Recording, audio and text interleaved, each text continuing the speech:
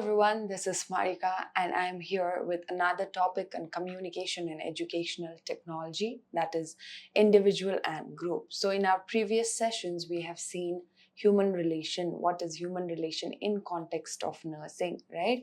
We've also seen social attitude, what is social behavior and what is social motivation. Today our topic is individual and group. So from the term itself, we can understand what does an individual means or what a group means. But we are going to see what an individual is, what a group is, and how is an individual connected to the group, or what is the connection between the individual and the group. Now, when I talk about individual, we understand we are talking about one single person. So individual is what? Individual is a single unit in a group. There's a group of people. When we pick one person from that group, we call that person, or that particular person is called as an individual. So individual is a single unit in a group or of a group. And what is a group in general? A group is collection of many individuals with a common goal. So here an individual is a person, it is a single unit from the group or of a group is an individual.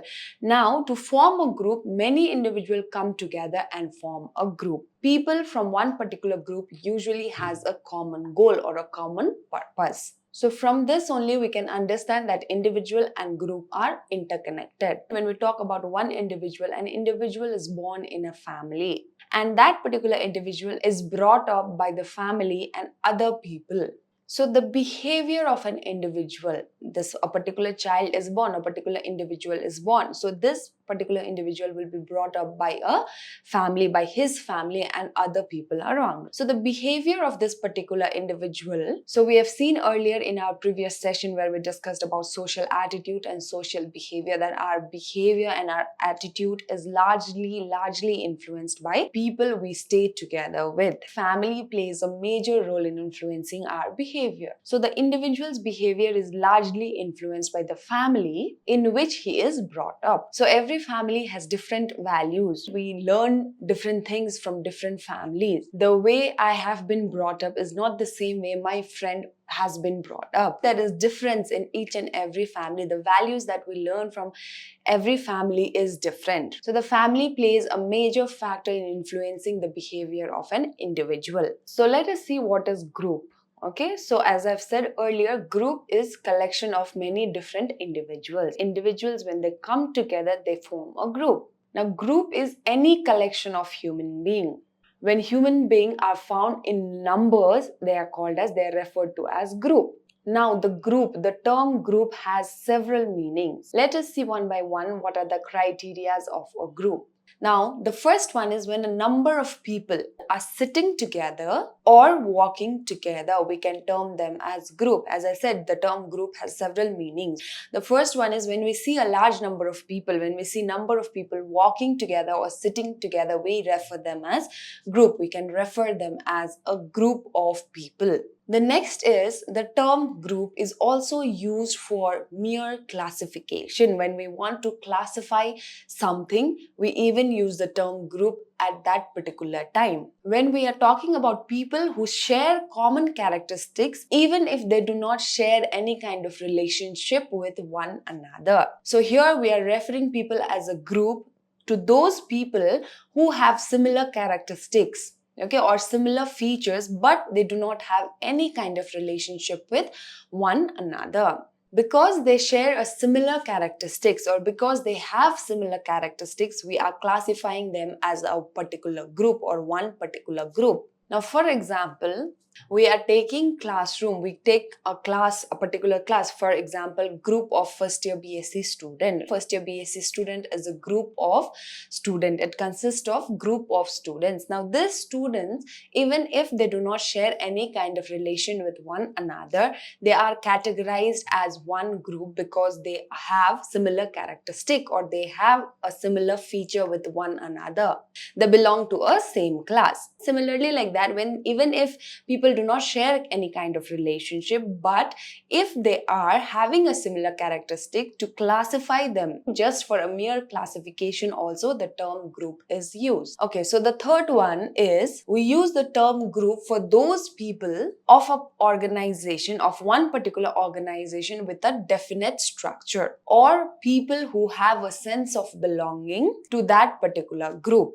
Okay, so we are calling when there are people who are working within the organization, those who work within the organization or those who belong to that particular organization, we even refer them to as a group. The term group can be given or can be used for these three different types of group. So the term group has different meanings, as I said, and these three are when we use the term group to refer to a group of people. Now, as I've been talking about individual and group, an individual and a group are reciprocal to each other, because without an individual, the group cannot be formed. As I said, the group is the collection of many different individuals. So without individual, a group cannot be formed. And the individuals also have no existence, or this individual also cannot meet their physical, psychological, social and spiritual needs without the group. So the individual and a group are interrelated with one another and essential for the survival of one another. So as I've said,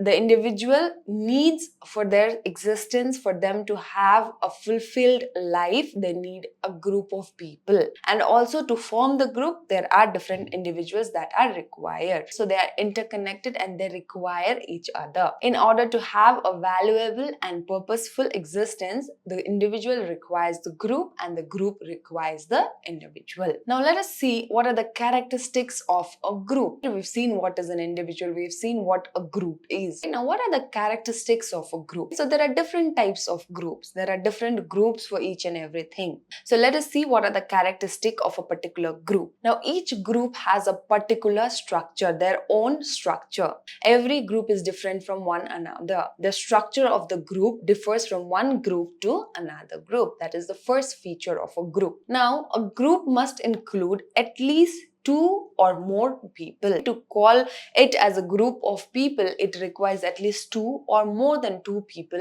in that group. The third feature says that group members have a shared goal or a shared purposes. So the members in the group has a shared goal. That means there's a common goal for all the members of the group that they want to meet. Okay, so the group members will share their goals and their objectives with one another, which means there will be one particular desired goal, there will be a particular objective that all the group members come together and work for. Now, group members usually share a certain relationship with one another. So to be inside the group or to be a part of group may be a personal relationship or it could be also a professional relationship, but the members of the group share some kind of relationship, a certain relationship with one another. The next feature is this group members, the members within the group require help from each other. They need help from each other to accomplish the purpose for which they have organized. So there is a group that has been organized. So there is a group that has been formed.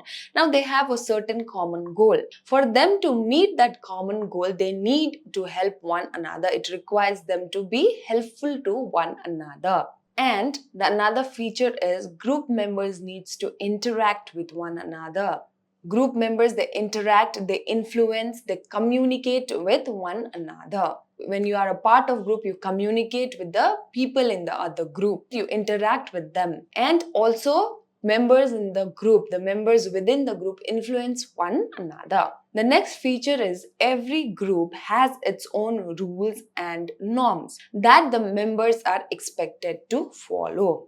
Okay, so every group will have certain kind of norms or certain rules, and all the members are supposed to follow those rules to be within that group. Next, we have classification of group. Let us see the classification of group. Now, Dwight Sanderson has given a classification of group that is divided into three different forms, or there are three different classifications for it. The first one is an involuntary group, the second one is the voluntary group, and the third one is the delegate group. So let us see the first group, an involuntary group. So an involuntary group is based on kinship. Okay, what is it?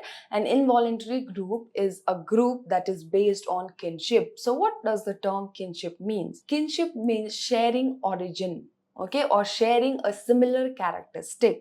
So here in involuntary group, the individual does not have the right to choose the group. For example, a family is an involuntary group. You are not choosing the members of your family. You're not choosing members to become your family. It is an involuntary group. An individual has no choice to the family they belong to. You cannot choose someone to become your family.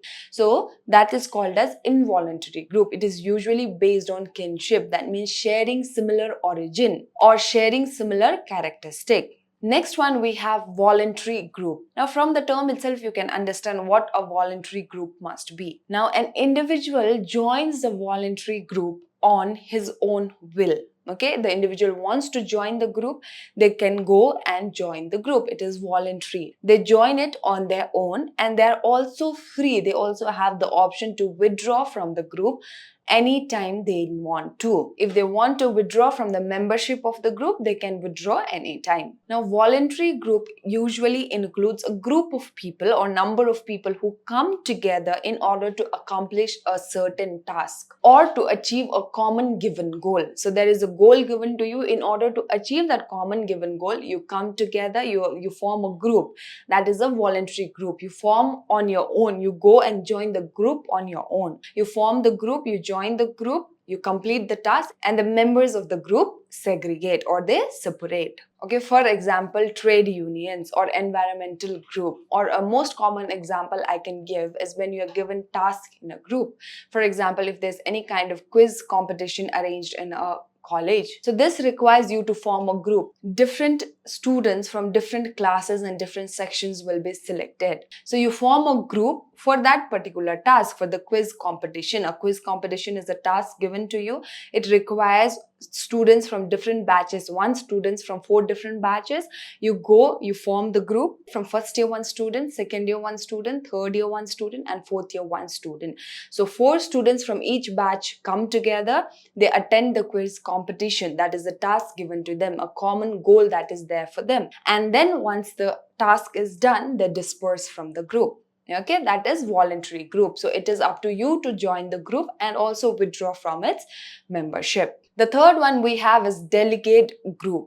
Okay, so what does the term delegate group means? So a delegate group is a group of people. It is formed by group of people who act as a representative, who are the representative of larger group. There are people who come together. This is usually formed by group of people who are the representative for the larger group.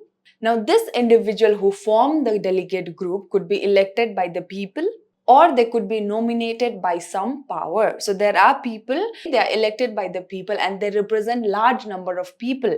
So these people who are representing a larger group forms a group. That group is known as delegate group. For example, Parliament is an example of delegate group. So the first classification was given by Dwight Sanderson. There are 3 different classification of group, that is involuntary group, voluntary group, and delegate group. Now let us see the classification that is given by Charles Coley. Has classified group into 2 different sections. Okay, the first one is the primary group and the second one is the secondary group. Now this classification that is given by Charles Coley is given on the basis of kind of contacts or kind of relationship group members have within one another. This is the classification that is given according to the relationship that is shared by the members within the group. So there are 2 different classifications, that is primary classification or the primary group and the secondary group. Now what is the primary group? group? Let us see. In a primary group, if it is a primary group, there is face-to-face interaction between the members of the group. The relationship of the people within the group in a primary relationship is intimate. It is a close relationship, and usually the groups are interconnected with one another. They share a good bonding with one another. So this primary group is usually a small group of people, and they play a vital role in our lives. So the first is a primary group. A primary group is a group where there are a small number of people who are close with one another, who share a good bond with one another, and there is also a face-to-face interaction with the members of the group. A primary group plays a major role in our life. Next, we have secondary group. So in secondary group, the relationship that is shared within the members of the group is impersonal. It is not very close or very intimate relationship with one another. So this secondary group is usually task focused. That means they come together or they form the group in order to achieve a certain task, and they disperse after the task is done. Okay, and it is time limited. Obviously, if there's a task, there will be a time frame for the task to be achieved. So these people come together and form a group in order to achieve that task. Once that task is achieved, the members in the group, they disperse.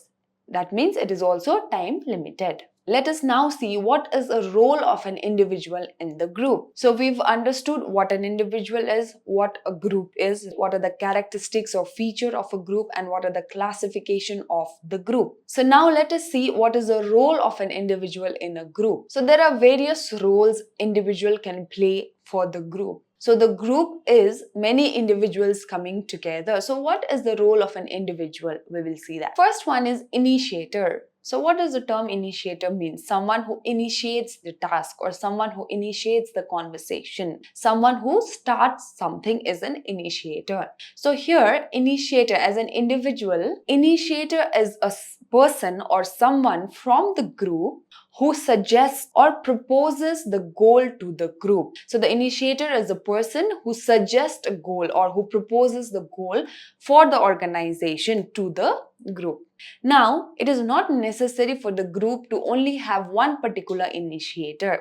Throughout the period of group's lifetime, there can be many different initiators. Next one we have is information seeker. Now, from the term itself, again, it is understandable what is information seeker. It is the person, it is the individual from the group who actually searches for factual basis for the individual to work. Now, the information seeker is the person who search information that is required for the group to work. Now, here when I'm saying information, this information seeker gives those information that is based on facts or factual basis for the group. Now, next one we have is information giver.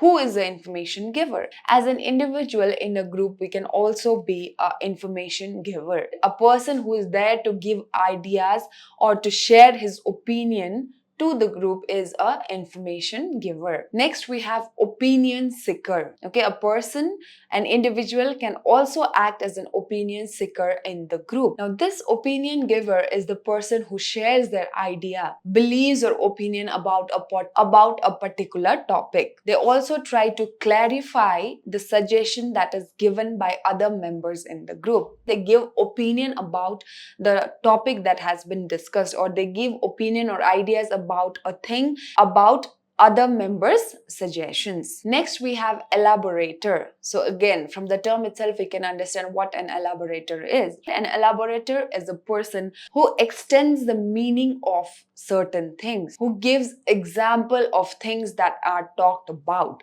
or the person who explains the thing in detail is an elaborator. So as an individual, we can also work as an elaborator for the group to make people understand better. The next one is coordinator. So again, what is a coordinator? A coordinator is a person who clarifies and coordinates the ideas, the thoughts, and the activities going on within the group. There must be a coordination for a group to achieve their goal, to function as a group. So who maintains that coordination among the group? the activities among the group, it is the coordinator. So an individual can also be a coordinator, also play a role of coordinator in the group. Next, we have an orienter. So an orienter is a person who summarizes the goals and decisions of the group. Whatever goals are there for the group to meet, and whatever decisions have been taken for the group to carefully observe it and take it forward, it is the orienter who summarizes the decisions and the goals. Next, we have evaluators. So again, what is an evaluator? An evaluator is a person who questions the group's accomplishment and also compares them to a particular standard. Okay, so an evaluator is a person who evaluates the accomplishment of the group and also compares the accomplishment to the certain standard, the pre-standard of an organization, whether they are able to meet those standards or not. Next, we have stimulators. So who is the stimulator? So stimulator is a person who energizes the group. He energizes the member in the group to work harder and to raise their level of actions to achieve a particular goal. Is a person who tries to energizes the group, who tries to stimulate the group to achieve better results. The next one we have is procedural technician. Now, a procedural technician is a person who arranges the environment, who makes or who gives a favorable environment to the members of the group so that they can work and achieve the goals. They facilitate group actions. These procedural technicians are those individuals who help to facilitate or who facilitate the group actions by arranging the environment. Next, we have recorder. Again, from the term itself, we can understand what a recorder is. So a recorder is a person who records all the group activities and accomplishments. So what are the activities that a group is carrying? What are the achievements of the group? Who records all of this? It is the recorder. So an individual can also play a role of a recorder. And lastly, we have group building and maintenance role. In that, we have several different types. We have different people involved. So this includes encourager. Now, an encourager is a person who encourages members in the group. How? By encouraging or by giving feedback, by accepting and praising the contribution of all the members in the group to accomplish a goal.